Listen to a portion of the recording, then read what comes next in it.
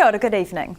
At 12:30 this afternoon, Gore Police located a male that escaped from the Gore District Court on Wednesday the 28th of May 2014. Police located Rory Damien Partridge, aged 23, at an East Gore address after receiving information that he was still in the Gore area. He was apprehended and placed into custody without further incident. Partridge made a dash for freedom out the back door of the Gore District Court on Wednesday. Gore Police would like to thank all members of the public that provided information or contacted police in relation to this matter. Test results from the Southern District Health Board mobile oral health clinics have shown they meet workplace and environmental standards. Southern DHB temporarily removed 7 mobile health units from service as a precaution following concerns about the levels of formaldehyde detected in a Canterbury DHB mobile oral health unit of the same design. Southern DHB Medical Director, Public Health Physician and Medical Officer of Health, Dr Marion Pore, says the results clearly show that levels of formaldehyde are well below both the workplace exposure standards and the ambient air quality guidelines set by the Ministry for the Environment. Dr Pore added that the medical units were taken out of service for a fortnight and tested as a precaution. The units will be back in service next week. Finance Minister Bill English was in the city last night as part of his nationwide tour of post-budget speech engagements. Hunter Andrews asked Mr English for his thoughts on the rejection of the monorail proposal, what the budget did and did not deliver for Southlanders, and of the calibre of National's 2 Southern first-time candidates. I always thought it was a pretty bold, risky project, and it needed to get over the financial hurdles as well as, of course, the environmental ones. And the minister's come to the view that it just can't get over the financial hurdles to start with, that the kind of bond the government would need to take for that project would mean that the project's not viable. Let's move to the budget now. Of course, you're on the road promoting the budget, if you like. Not a lot in it. I mean, there was a lot for Southlanders and families and things, but not for small business, and we are a region of small business operators. One accountant said to me perhaps some more less compliant costs for tax for small businesses. Well, that's something we're working on anyway. The budget actually helps fund the next stage of the big upgrade in IRD. And all the surveys show tax is the biggest single compliance cost for business. So they've got to bring their technology from the late 80s into the 2020s, and it's going to take a while because we've got to rebuild the aircraft carrier while it's sailing. We've got to keep collecting revenue and rebuild the revenue system. But that's going to involve a lot of consultation with small business about how to use their systems more, and the IRD system providing a platform which reduces compliance and gives businesses sort of real-time information about their tax obligations. What sort of time frame is this? Oh, look, you're talking sort of 3 to 5 years, maybe longer, for significant gains, because we've got to be pretty careful. It's the core of the government system. But the consultation with people like accountants that service small businesses, with the customers themselves, is all going now, because that's going to shape the change. We're looking at, over 10 years you could be spending $600, $700, $800 million on this upgrade, so it's a big deal. Right, and you're down here. We've met Todd Barclay. We interviewed him last week. Are you working on his campaign at all? Are you taking certainly an interest in it? Oh, look, I just take an interest in it.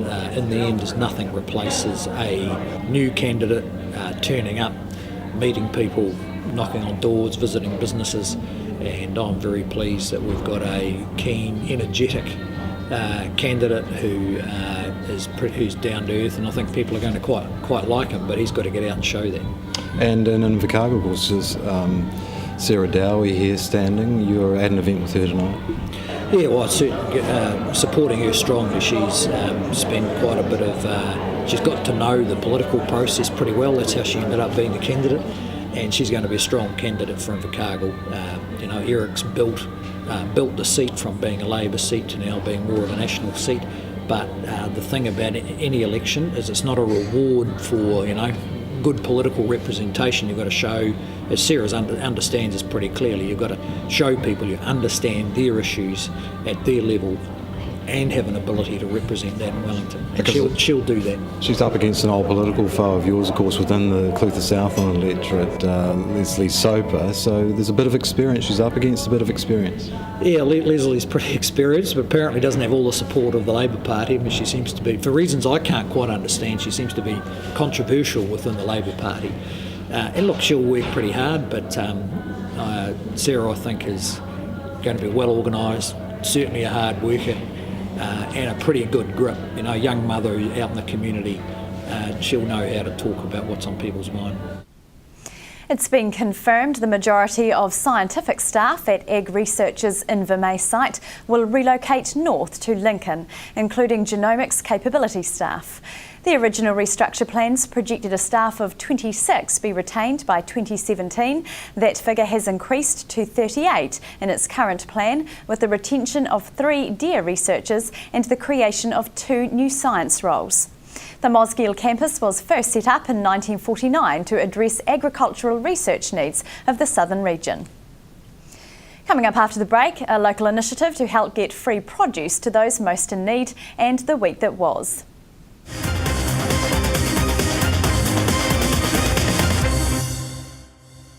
Welcome back. Those considering building a new home may want to think twice following a damning report into new home builds. Almost 3/4 of owners of new homes called builders back to fix something, and 27% were unhappy with how repairs were made. The Building Research Association of New Zealand quizzed over 600 new home owners nationwide who took over their dwellings between April 2012 and March 2013.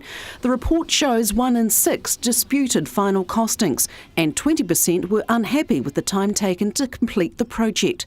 A brand spokesperson says the last series of interactions with builders after large amounts of money had been paid is strongly linked to whether or not the buyer will recommend the builder.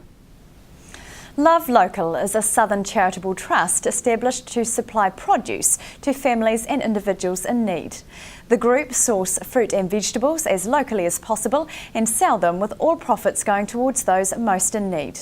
So Love Local is a local fruit and veg supply. You can buy from us on a retail basis. It's an online ordering system, and it's delivered free to your workplace or to your home. And it's all charity.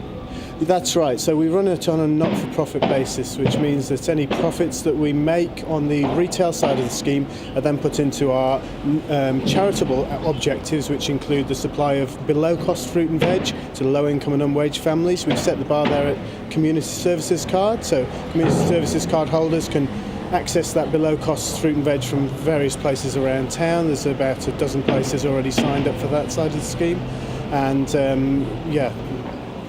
Also, let's talk about what's been happening recently. You've got a blog up and That's right. and to inform people. We're writing a series of blog posts for the Sustainable Southland Business Network email newsletter, and that goes out to about 1,000 businessmen. It's basically trying to give some of the bigger picture issues that we're trying to address with Love Local, some stuff around food security and resilience of food supply. There's very little produce that's actually grown in Southland for the Southland market.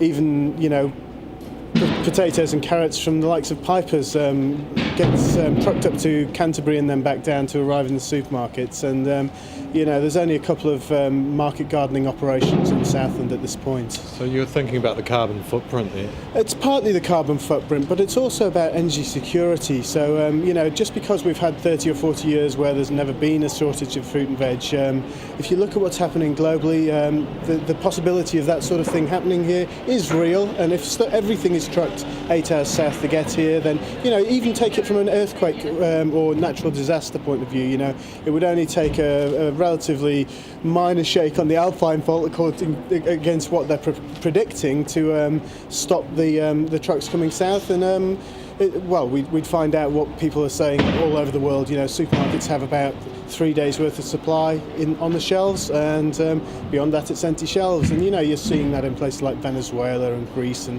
so on.